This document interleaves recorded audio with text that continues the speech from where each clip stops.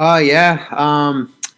Pretty much. Obviously, we got stuck in this whole quarantine thing, and let me backtrack a little bit. Right after my last fight in February, I went home for a week to Hawaii, kind of decompress, but I got straight back into it.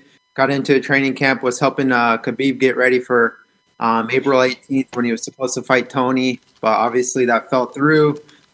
So we all got locked down, got stuck in quarantine. So I kind of did some different training. I was training at home in my home gym. Kind of did no contact for about a month, and then I saw the UFC was trying to start putting on fights, and I put my name in the hat, and from there it was just I was just kind of waiting and seeing. So I started training. I got a small group of guys, started training, and then they came at me with Edson about 3 weeks, maybe 3 week notice. So I was like, that fired me up and got me motivated, got on the horse and worked super hard. So yeah, that's kind of how it all happened.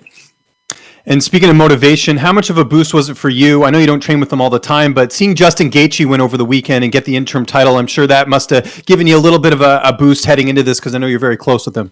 Oh, definitely. I'm super close with Justin, one of my very good friends, and I love seeing any of my friends succeed. So definitely seeing him getting that interim title was awesome. It was motivating, and that's the guy that doesn't really like to take short notice fights, but seeing him go in there and with that confidence and ability to push hard for 5 rounds really gave me confidence, and yeah, I'm super happy for him.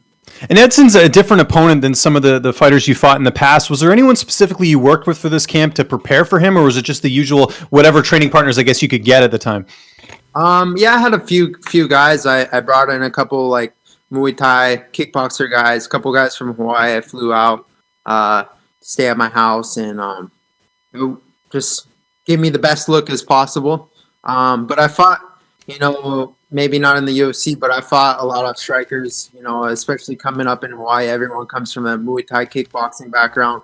They're spinning stuff, leg kicks, body kicks. So yeah, it's nothing new that I haven't seen, but I'm definitely anxious and excited to show what I have to offer against someone like Edson.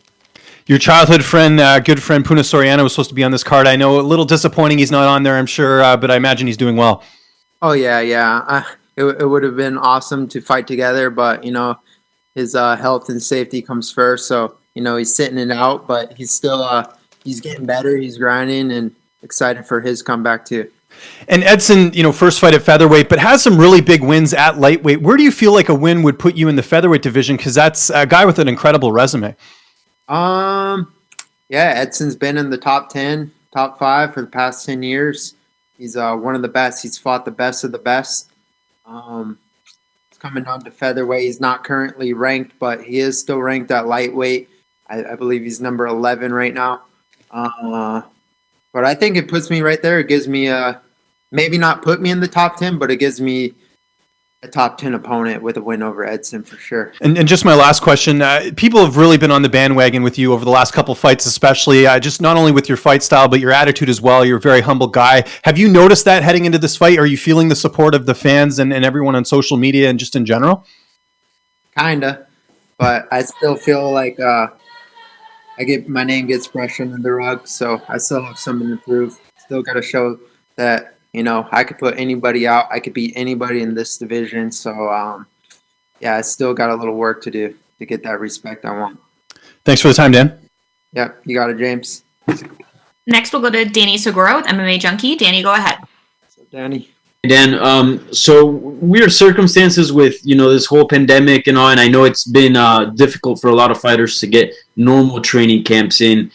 Any concern with taking on this fight, keeping that in mind, and also that Edson Barboza is cutting down to 145, and he's never really been a small guy at 55. Any concerns that maybe he might not make weight, come fight night? Really, I mean, for myself, I don't have concerns. I'm just focused on what I can do and what I can control. I feel great. I'm confident. I'm going to make weight. Whether he makes weight or not, it'll determine a lot, but I plan on fighting. And if he misses weight, that's just extra money in my pocket. I'm sure he makes a good amount of money. He's been around for a while. So get that percentage. But no, I expect him to make weight. Edson's a professional. The guy doesn't miss weight. He made a decision to come down to 145. I believe he will. He's looking lean, strong, and mean. So I'm excited to test his chin. Yeah, that's something else that I wanted to ask you. I mean, we just saw him in the virtual scrum just for a few minutes, but have you seen him around sort of the hotel and fight week, and what have you made of his demeanor as he gets ready to make that cut to 145? Yeah, I saw him once. I said, "What's up?" I don't have any bad blood with him. Um, Actually, back in December, I think when Marlon fought Aldo, I picked up Marlon from the airport. Picked up Edson. Was cool. He was riding with me in my car. I picked up his bags. But hey, when I'm in that cage, I'm a different animal. We're cool. It's cordial, business as usual on the outside. But when I'm in there, it's just I don't care who's in front of me. I'm gonna go out there and try to take their head off. Yeah, and as far as like the training camp goes, how has this whole experience been? I mean, has it almost been maybe even good? Because a lot of people these days are having a difficult time, staying indoors and mentally like not having things to do. I imagine having a fight and a goal has helped you, or maybe has helped you through these times. For sure. It's definitely given me motivation, especially when you're training in a garage by yourself. Like you have to find that inner motivation to dig deep and push hard when no one's looking. So I thrive off stuff like that. And yeah, it was a short camp, but also I don't let myself get out of shape. I don't let myself get too overweight. I'm always grinding, and it was almost better. It was a better camp because I don't have the injuries, the bruises, the beatings from a long camp, and I feel super strong. I feel good, and I believe I'll be the bigger fighter. I'll be the stronger guy in the cage Saturday night. Thank you, Dan. Good luck. Thanks. Next, we'll go to Damon Martin with MMA Fighting. Damon, go ahead. And what's up, buddy? Obviously, you're expecting the absolute best Edson Barboza we've ever seen, but we know the weigh-ins now are 24 hours away, less than 24 hours away. How much will you look at Edson, in those weigh-ins, see how that's helped? And we can't deny that weighing down and cutting weight could affect him. Will you look at those kind of things, see him tomorrow, see how he's doing? I mean, there's no denying it could be an effect on him. Yeah, but you can't. There's a lot that goes into it. Is he going to rehydrate properly? I have to rehydrate properly. I have to cut weight too. Aldo didn't look very good at all when he weighed in on 135, but he fought good. He looked great against Marlon. He lost that fight, but he looked great, and he pushed hard. He didn't gas out. He looked fast and quick. So that's kind of what I expect from Edson. But there's a lot that goes into cutting weight. It's not only cutting weight; it's the rehydration. It's hydrating your brain properly, your body, refeeding with the right fuel and food. It's not just make weight. There's so much more that goes into it. So, yeah, I'll take a look at him.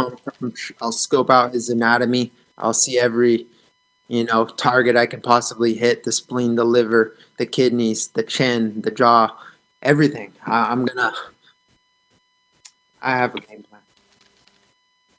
A big part of what has made Edson such a dynamic and such a dangerous fighter is his creativity in fights. We see it with the spinning wheel kicks and the spinning back kicks and some of the crazy things he does. I imagine you can't overthink that stuff, but do you have to be cognizant of Edson's creativity in a fight like this?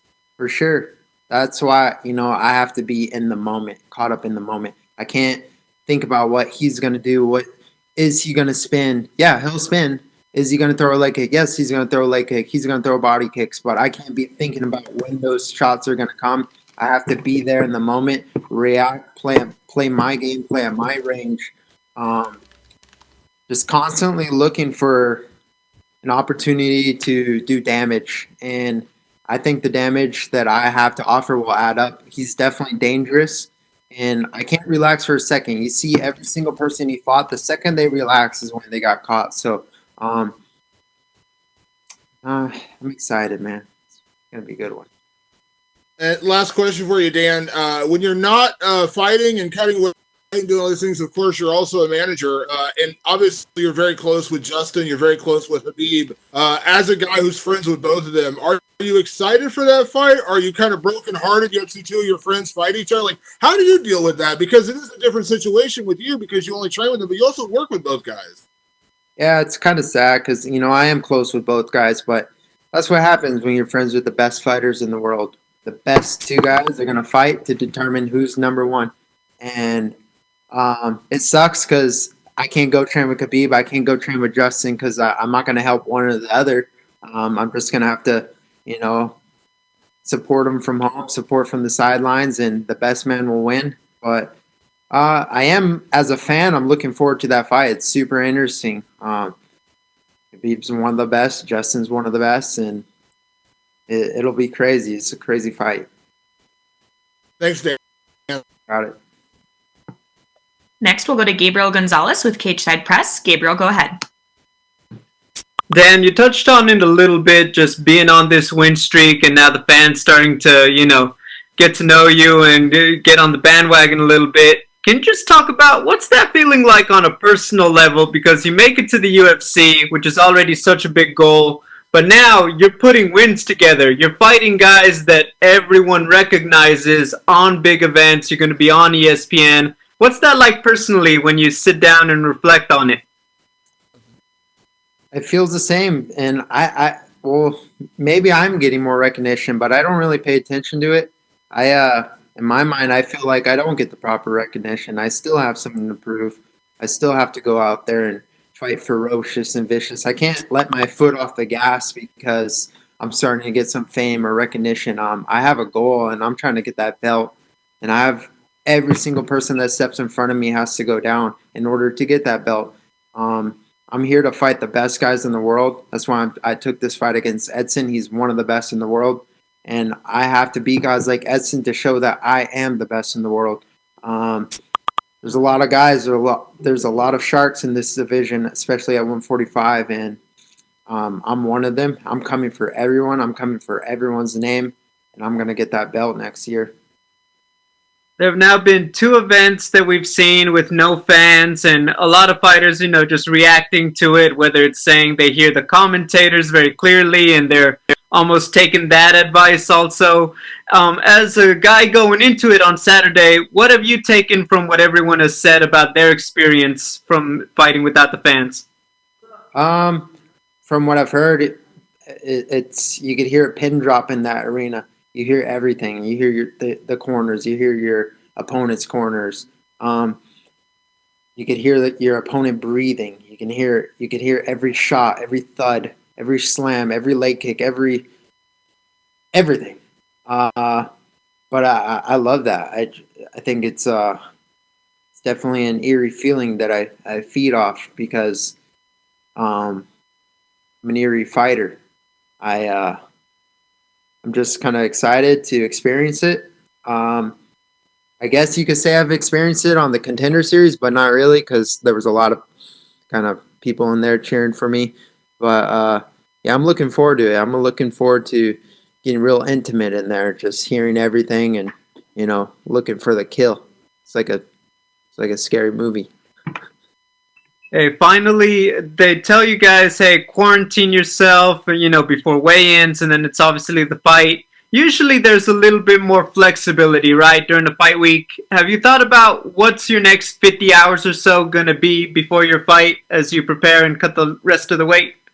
It feels the same. It feels like any other fight week. I don't do too much anyways. I'll take a little walk outside here and there.